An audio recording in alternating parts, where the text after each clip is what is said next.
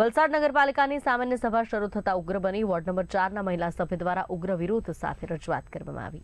1 મહિના બાદ પણ બોર્ડના અને કારોબારીના ઠરાવ ન મળતા રજૂઆત થઈ। નગરપાલિકાના સીઓને નગરપાલિકાના સભ્યોએ ઉગ્ર રજૂઆત કરી। સીઓ દ્વારા ઓફિસમાં કેમેરા લગાવવા અંગે જવાબ માંગવામાં આવ્યા તો વોર્ડ નંબર 1ના અપક્ષ મહિલા સભ્ય અને વોર્ડ નંબર 4ના મહિલા સભ્ય દ્વારા વિરોધ કરવામાં આવ્યો। બંને મહિલા પાલિકા સદસ્યો દ્વારા સભા છોડી અને બહિષ્કાર કરી વિરોધ કરાયો।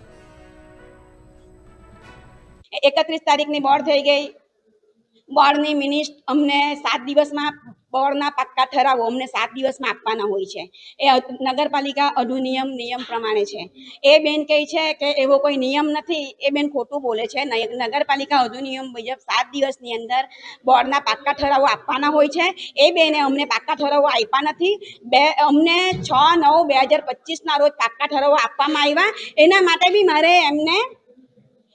માટે મારે એમને જાણ કરવા પડી કે બેન તમે અમને ઠરાવો આપતા નથી અને તમે ખોટા ઠરાવો અંદર લખી દેવ છો તો ભારી અમને પડે છે, ભોગવવાનું અમને આવે છે। કેમ કે પૂરેપૂરી સત્તા જનરલ બોર્ડની છે એટલે અમે જનરલ બોર્ડમાં અંદર આવતા હોઈએ છીએ સભ્ય તરીકે, એટલે એ તકલીફ અમને પડે છે, બેન અધિકારીને નથી પડતી।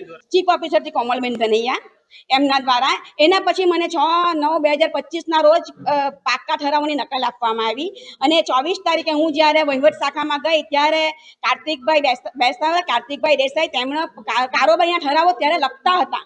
એટલે કારોબારી ઠરાવો પહેલા લખાઈ જવા જોઈએ। આ ઊંધી પદ્ધતિ એ બેન અપનાવે છે અને અમને કહે છે કે તમે ખોટા છો।